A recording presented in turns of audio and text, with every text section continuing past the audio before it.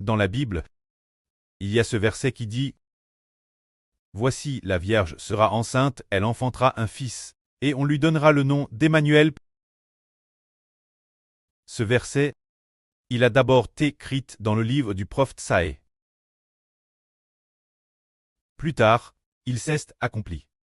Lorsque le Seigneur Jésus-Christ est venu dans le monde en tant qu'homme et est né dans une crèche.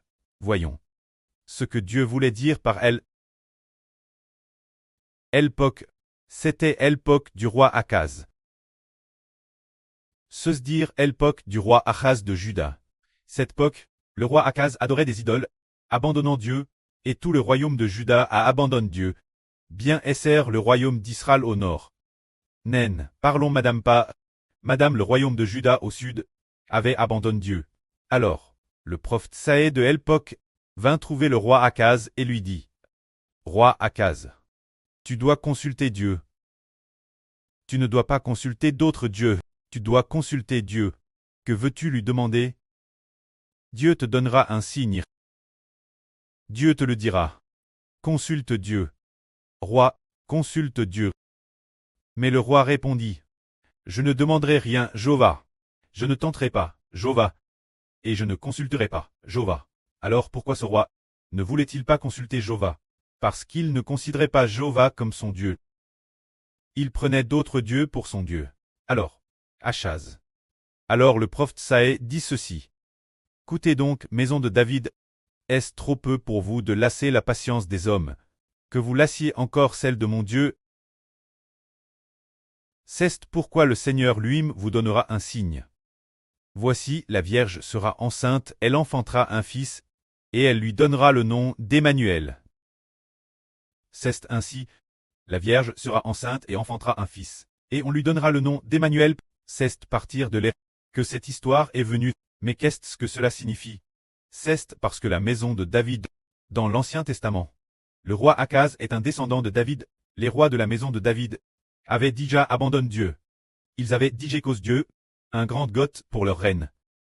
Ils ne cherchaient plus Jéhovah. Ils cherchaient d'autres dieux. Alors Dieu dit, puisque vous ne voulez pas me consulter, ni me chercher, eh bien, je vous donnerai moi-même un signe.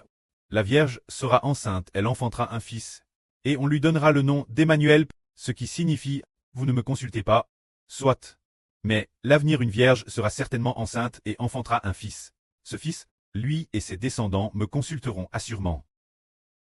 C'est dire que, vous ne voulez pas me consulter, vous m'avez tous abandonné pour consulter des idoles, consulter d'autres dieux, vous ne m'honorez plus comme votre Dieu.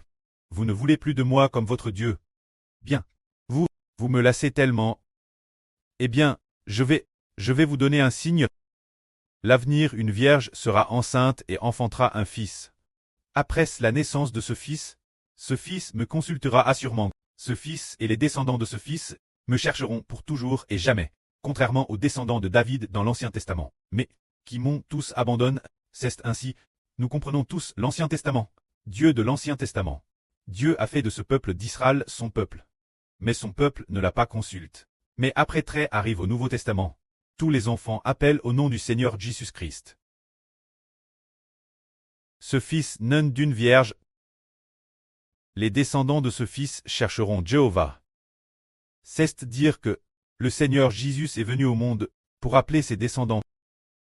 Appeler les gens à devenir ses descendants, à devenir des descendants en son nom.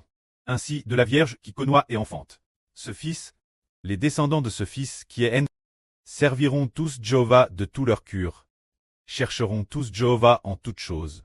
Contrairement au roi Achaz de cette époque. Et ses descendants de David, qui ont tous abandonné Jéhovah.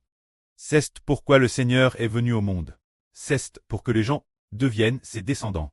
Deviennent que tout le monde aime Dieu comme le Seigneur Jésus.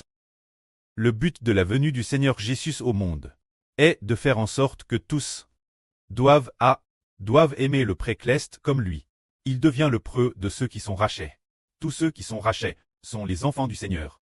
Alors, les enfants du Seigneur sont-ils comme le frère Ashbert, cherchant tous le précleste et aimant profondément le précleste. C'est ainsi qu'une vierge concevra et enfantera un fils. On l'appellera du nom de le ministre d'Emmanuel. Que la gloire soit auprès et au Seigneur. Amen.